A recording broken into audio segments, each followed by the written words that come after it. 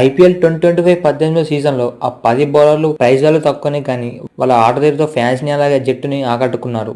ఆ 10 బౌలర్లు ఎవరో తెలుసుకుందాం. నెంబర్ 1 కృణాల్ పాండ్యా. అయితే సీజన్లో ఆర్సీబీ కప్ గెలిచిందంటే దానికి ముఖ్యమైన కారణం కృణాల్ పాండ్యా. మిడిల్ ఓవర్స్లో వికెట్ తీస్తూ అలాగే ఎకనామిక్గా బౌలింగ్ వేశాడు. దానివల్ల ఆర్సీబీకి మిడిల్ ఆర్డర్లో మంచి బలం తోడైంది. దాంతోపాటు వాళ్ళ ఫాస్ట్ బౌలర్స్ కూడా అద్భుతంగా రాణించారు. అయితే కృణాల్ పాండ్యా బౌలింగ్ తోటే కాకుండా బ్యాటింగ్లో కూడా అద్భుతంగా రాణించాడు.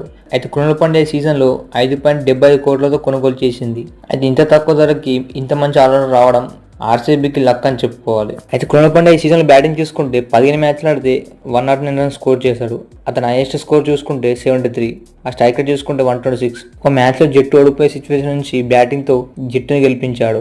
అది బౌలింగ్ ఫిగర్ చూసుకుంటే మొత్తం 17 మ్యాచ్లు ఆడితే 17 వికెట్లు తీసుకున్నాడు. అలాగే అతని ఎకనామిక్ చూసుకుంటే 7.5.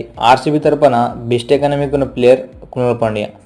ఐపీఎల్ 2025లో ఆ ప్లేయర్ ప్రైజ్ వాల్యూ తక్కువనే కానీ అతని ఆటతీరుతో మిమ్మల్ని ఇంప్రెస్ చేసిన ప్లేయర్ ఎవరో కామెంట్ చేయండి.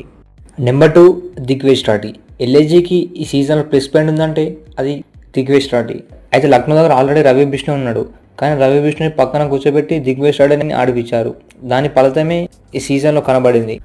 అయితే దిగ్విజయ్ శ్రాటి ఈ సీజన్లో మైండ్ బ్లోయింగ్ బౌలింగ్ వేసాడని చెప్పుకోవాలి. అయితే కేకేఆర్కి సునీల్ నారాయణ ఎట్లనో ఎల్ఐజీకి దిగ్విజయ్ శ్రాటి అట్లా. కానీ దిగ్విజయ్ శ్రాటి తన ఓవర్ అగ్రెషన్తో కొన్ని మ్యాచ్లు కూడా మిస్ అయ్యాడు. దానివల్ల ఎల్ఐజీ కొన్ని మ్యాచ్లు కూడా ఓడిపోయింది. అయితే లక్నో సూపర్ జైంట్స్ దిగ్విజయ్ శ్రాటిని 30 లక్షలతో కొనుగోలు చేసింది. అతను మొత్తం 11 మ్యాచ్లు ఆడితే 14 వికెట్ తీసుకున్నాడు. తన బెస్ట్ ఫిగర్స్ 2 for 30. అతని సీజన్లో కొన్ని మ్యాచ్లు ఎకనామిక్ ఉన్నా కానీ ఇంకో మ్యాచ్లో చాలా ఎక్స్పెన్సివ్గా ప్రూవ్ అయ్యాడు. ఎందుకంటే ఇంకో వైపు రవి బిష్ణు అంత పర్ఫామ్ చేయలేకపోయాడు. దానివల్ల కూడా ఇతనిపై ఇంపాక్ట్ పడింది. అయితే లక్నో సూపర్ జైంట్స్కి ఈ సీజన్లో మిడిల్ ఓవర్స్లో గేమ్ని కంట్రోల్ చేసే రిస్పిన్ దొరకడం చెప్పుకోవాలి. Number 3 Ishan Malinga. Sunrisers Hyderabad 2018 వరకు ఒక బౌలింగ్ సైడ్, కానీ 2024 తర్వాత ఒక బ్యాటింగ్ సైడ్గా మారింది. అయితే సన్ రైజర్స్ హైదరాబాద్కి ఒక డెత్ ఓవర్ స్పెషలిస్ట్ దొరికాడు, అతనే ఇషాన్ మలింగ. అయితే ఎస్ఆర్హెచ్ ఇషాన్ మలింగ కోసం 1.20 కోట్లతో కొనుగోలు చేసింది. అతని సీజన్లో 7 మ్యాచ్లు ఆడితే 13 వికెట్ తీసుకున్నాడు. తన బెస్ట్ 3 for 31. అయితే సీజన్లో ఫస్ట్ హాఫ్లో ఆడలేకపోయాడు, కానీ సెకండ్ హాఫ్లో అతనికి అవకాశం వచ్చినప్పుడల్లా దాన్ని ప్రూవ్ చేసుకున్నాడు. అయితే ఇషాన్ మలింగ సన్ రైజర్స్ హైదరాబాద్కి డెత్ ఓవర్ స్పెషలిస్ట్గా మారిండు. అంతకుముందు నటరాజాని చూసాం, డెత్ ఓవర్లో ఎంతో బాగా వేశాడు. కానీ సన్ రైజర్స్ హైదరాబాద్ అతన్ని విడిచిపెట్టిన తర్వాత మంచి డెత్ ఓవర్ స్పెషలిస్ట్ దొరకలేడు. అయితే ఇషాన్ మలింగ సన్ రైజర్స్ హైదరాబాద్కి మంచి డెత్ ఓవర్ బౌలర్ దొరకడం చెప్పుకోవాలి. నెంబర్ 4 ఖలీల్ అహ్మద్. ఎక్స్పెక్టేషన్స్ ఏం లేకుండా పర్ఫామ్ చేయడం అంటే ఏంటో చూపించాడు. అతని సీజన్లో ఏం ఎక్స్పెక్టేషన్స్తో దిగలేడు. అయితే సీజన్ స్టార్టింగ్ ఫస్ట్ మ్యాచ్లోనే అతను విశ్వరూపం చూపించాడు. అయితే చెప్పక్ పిచ్ మొత్తం స్పిన్నర్లకు అనుకూలిస్తుంది, కానీ ఖలీల్ అహ్మద్ అలాంటి పిచ్లో కూడా అద్భుతంగా బౌలింగ్ చేశాడు. కానీ ఖలీల్ అహ్మద్ ఎప్పుడైతే అవే మ్యాచెస్కి వెళ్ళినప్పుడు పూర్తిగా ఫెయిల్ అయ్యాడు. ఎంతో ఎక్స్పెన్సివ్, అలాగే లైన్ అండ్ లెంత్తో ఇబ్బంది పడ్డాడు. అయితే చెన్నై సూపర్ కింగ్స్ ఖలీల్ అహ్మద్ని 4.8 కోట్లతో కొనుగోలు చేసింది. ఈ సీజన్లో 14 మ్యాచ్లు ఆడితే అతను 15 వికెట్లు సాధించాడు. అతని బెస్ట్ ఫిగర్స్ 3 for 29. అతని ఎకనామిక్ చూసుకుంటే 9.58. అయితే కొన్ని మ్యాచ్లు రాణించినా కూడా ఇంకో మ్యాచ్ చాలా ఎక్స్పెన్సివ్గా ప్రూవ్ అయ్యాడు. అయితే చెన్నై సూపర్ కింగ్స్కి ఈ సీజన్లో సెకండ్ లీడింగ్ వికెట్ టేకర్గా మారాడు. అయితే చెన్నై సూపర్ కింగ్స్ ఇతన్ని వచ్చే సీజన్ కోసం రిటర్న్ చేసుకుంటుందా లేదా రిలీజ్ చేస్తుందో చెప్పండి. Number 5 Sai Kishore. Most under estimate bowler. అయితే గుజరాత్ జైంట్స్లో రషీద్ ఖాన్ ఉండడం వల్ల ఇతనికి అంత గుర్తింపేం దక్కలేదు. కానీ ఈ సీజన్ రషీద్ ఖాన్ ఫెయిల్ కావడంతో ఆ భారం మొత్తం సాయి కిషోర్ పైన పడింది.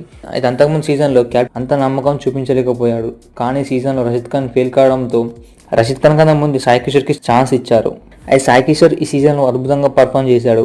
ఆ రషీద్ ఖాన్ ఎక్స్పెన్సివ్గా ప్రూవ్ అయినా కూడా సాయి కిషోర్ అతని లైన్ అండ్ లెంత్తో వికెట్లు తీసుకున్నాడు. అయితే ఈ సీజన్లో మొత్తం 15 మ్యాచ్లు ఆడితే 19 వికెట్లు తీసుకున్నాడు. అతని బెస్ట్ ఫిగర్స్ 3 for 30. అయితే ఈ సీజన్లో గుజరాత్ ప్లే ఆఫ్ చేరిందంటే Sai Kishore important role play చేశారని చెప్పుకోవాలి. అటు రషీద్ ఖాన్ ఫెయిల్ అయినా కూడా సాయి కిషోర్ రాణించాడు. దానివల్ల గుజరాత్ ప్లే ఆఫ్ చేరింది. నెంబర్ 6 శ్రేయాస్ శర్మ. అయితే ఆర్సీబీ కప్ గెలిచిందంటే కృణాల్ పాండ్యా అలాగే శ్రేయాస్ శర్మ కాంబినేషన్తో బరిలోకి దిగారు. అయితే శ్రేయాస్ శర్మ క్వాలిఫైర్ 1లో మ్యాన్ ఆఫ్ ది మ్యాచ్ దక్కింది. ఆ మ్యాచ్లో 3 వికెట్లు తీసుకున్నాడు, అది కూడా ఇంపార్టెంట్ వికెట్స్. దానివల్ల పంజాబ్ కింగ్స్ని కేవలం తక్కువ స్కోర్కి ఆల్అౌట్ చేసింది. అలాగే ఈ సీజన్లో చూసుకుంటే అద్భుతంగా రాణించాడు. అటు కృణాల్ పాండ్యాకు మంచి సపోర్ట్ ఇస్తూ మిడిల్ ఓవర్స్ని కంట్రోల్ చేశారు. అయితే ఆర్సీబీ గత 2-3 సీజన్లో మిడిల్ ఓవర్స్లో చాలా ఇబ్బంది పడింది. కానీ ఈ సీజన్లో శ్రేయాస్ శర్మ అలాగే కృణాల్ పాండ్యా అద్భుతంగా రాణించారు.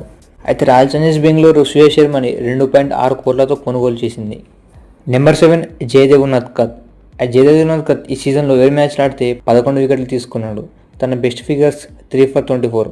తన ఎకనామిక్ చూసుకుంటే అద్భుతంగా ఉంది, 7.34. అయితే ఈ సీజన్లో జయదేవ్ ఉనాద్కట్ అన్ని మ్యాచ్లు ఆడలేకపోయాడు. ఫస్ట్ హాఫ్ ఆఫ్ సీజన్లో ఒక్క మ్యాచ్ కూడా ఆడలేకపోయాడు. ఎప్పుడైతే జట్టు ఓటమి పాలవుతుందో అప్పుడు ఉనాద్కట్ని గేమ్లోకి తీసుకొచ్చారు. అప్పటి నుంచి సన్ రైజర్స్ హైదరాబాద్ విజయాల బాట పట్టింది.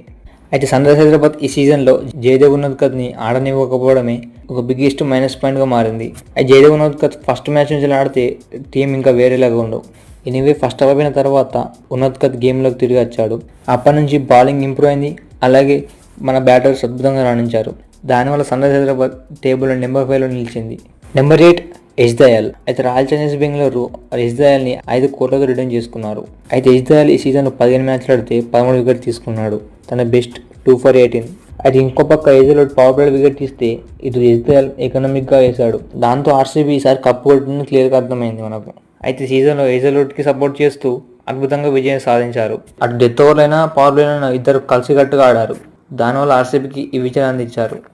నెంబర్ 9 విప్రాజ్. ఢిల్లీ క్యాపిటల్స్కి ఈ సీజన్లో మంచి ఆల్రౌండర్ దొరకడని చెప్పుకోవాలి. ఒక పక్క అక్షర్ పటేల్ ఫెయిల్ అయినా కూడా విప్రాజ్ రాణించాడు. అటు బౌలింగ్, బ్యాటింగ్ అలాగే ఫీల్డింగ్లో మూడిట్లలో రాణించాడు. ఢిల్లీ క్యాపిటల్స్ ఫస్ట్ 7 మ్యాచ్ల్లో 6 గెలిచిందంటే విప్రాజ్ అద్భుతంగా రాణించాడు. టీంకి బౌలింగ్తో అవసరమైతే వికెట్ తీస్తూ, బ్యాటింగ్తో అవసరమైతే బ్యాటింగ్ చేస్తూ జట్టుని గెలిపించాడు. అయితే విప్రాజ్ని ఢిల్లీ క్యాపిటల్స్ 50 లక్షలతో కొనుగోలు చేసింది. అతను బ్యాటింగ్ చూసుకుంటే సీజన్లో 14 మ్యాచ్లు ఆడితే 142 రన్స్ స్కోర్ చేశాడు. తన హైయెస్ట్ స్కోర్ 39. తన స్ట్రైకర్ చూసుకుంటే 179.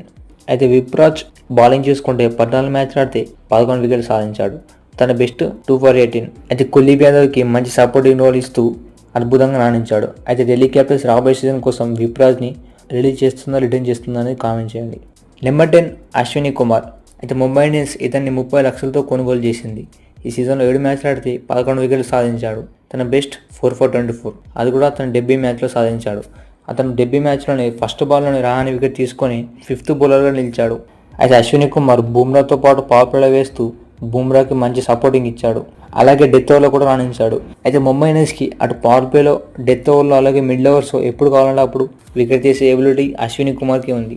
అయితే రాబోయే సీజన్ కోసం అశ్విని కుమార్ని రిటర్న్ చేసుకునే అవకాశం ఎక్కువగా ఉంది.